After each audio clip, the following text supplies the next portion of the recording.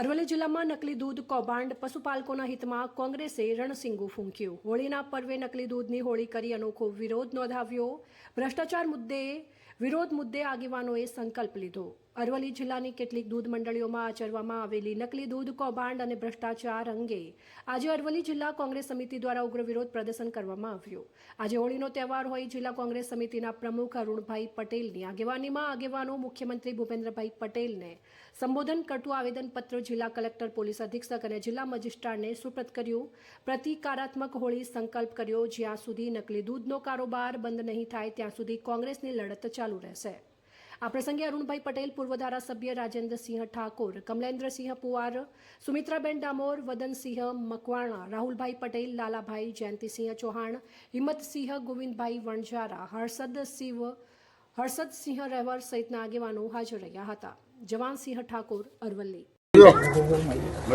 અરવલ્લી જિલ્લા કોંગ્રેસ સમિતિ દ્વારા આજે કલેક્ટરશ્રીને, જિલ્લા રજિસ્ટ્રાર સહકારી મંડળીઓ અને જિલ્લા પોલીસ વડાને નકલી દૂધ મુદ્દે આવેદનપત્ર આપવામાં આવ્યું છે। અમારી કોંગ્રેસ પક્ષની માંગ છે કે જે અત્યારે નકલી દૂધનો મુદ્દો જે ચાલી રહ્યો છે, જેની અંદર બાયડ તાલુકાની 4 મંડળીઓની અંદર જે જથ્થો હોવો જોઈએ એના કરતાં વધુ જથ્થો ભરાયો છે। સાબરડેરીના સત્તાધીશોએ આજે ડેરીની કામગીરી પણ બંધ કરી છે।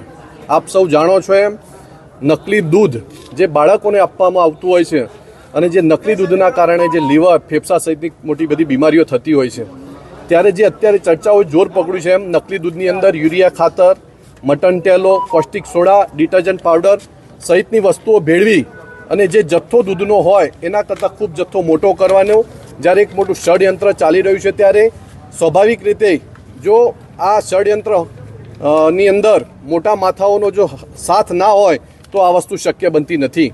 આજે અમે કલેક્ટર્સની પણ માગણી કરી છે કે ભાઈ ટૂંક સમયની અંદર આ જે દોષિતો છે, દોષિતો સામે તમારે પગલાં ભરવા જોઈએ અને જો આ નકલી દૂધનો કારોબાર જો બંધ નહીં થાય તો અરવલ્લી જિલ્લા કોંગ્રેસ સમિતિ આગામી સમયની અંદર પશુપાલકોને સાથે રાખી ખૂબ મોટું આંદોલન કરશે। કારણ કે નકલી દૂધના કારણે જે પશુપાલકો સાચા અર્થમાં જે દૂધ ભરાવતા હોય છે એમને નફો મેળવવાની વાત હોય, બીજી બધી વાતો હોય, એમાં ખૂબ મોટું નુકસાન પણ થતું હોય છે। અત્યારે તમે જોઈ શકો છો એમ આ જે નકલી દૂધનો જ્યારે મુદ્દો ઉછળ્યો છે ત્યારે શહેરોની અંદર જે દૂધની થેલીઓ જે વાપરતા હતા એની અંદર પણ ખૂબ મોટો ઘટાડો થવા જઈ રહ્યો છે। ત્યારે આ નકલી દૂધનો કારોબાર સત્વરે બંધ થાય એ દિશામાં કોંગ્રેસ પક્ષ પગલાં ભરશે। અરુણભાઈ, તંત્ર છે એ આશ્વાસન આપી રહ્યું છે, કોંગ્રેસ કેવા પુરાવા સાથે આગળ વધી રહ્યું છે? કોંગ્રેસે આજે જિલ્લા રજિસ્ટ્રારશ્રીને પણ વાત કરી, ત્યાં સાબરડેરીના પ્રતિનિધિ પણ હતા, તો એમને પણ કહ્યું કે અમે અત્યારે આ જે 4 મંડળીઓ સામે જે આક્ષેપ થયો છે મંડળીઓનું દૂધ બંધ કર્યું છે। ત્યારે એમને એવું પણ કહ્યું કે ભાઈ જે દૂધ ભરાવવા માટે જે 2 સભાસદોનું દૂધ આવતું હતું એ સિવાય બાકીના જે સભાસદો છે એમને શું નુકસાન એમ એ, કારણ કે દૂધ જે ભરાવવાવાળા છે એ લોકો ક્યાં જાય, એટલે આ ચોર કોટવાને દંડે એવી વાત છે।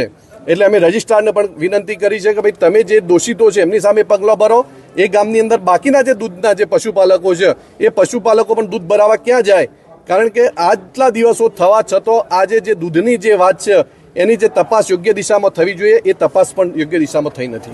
નકલી દૂધ મામલે જે હુમલાની રાજનીતિ છે, શું કહેશો? નકલી દૂધની અંદર તમે બધા જાણો છો એમ જે હુમલાઓ થયા એ હુમલાઓને અમે પણ વખોડી કાઢીએ છીએ।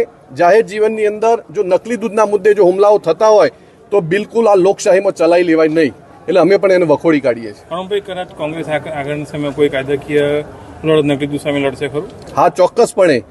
અમે આજે આવેદનપત્ર આપ્યું છે, એમનું આશ્વાસન પણ આપ્યું છે અને વાત પણ કરી છે કે તમને ટૂંક સમયમાંનો રિપોર્ટ આપીશું અને અહેવાલ આપીશું। જો અમને અહેવાલ નહીં મળે તો 10 દિવસ પછી અમે જલદ આંદોલન કરી અને પણ આ નકલી દૂધના કારોબાર વિશે કાર્યવાહી કરીશું।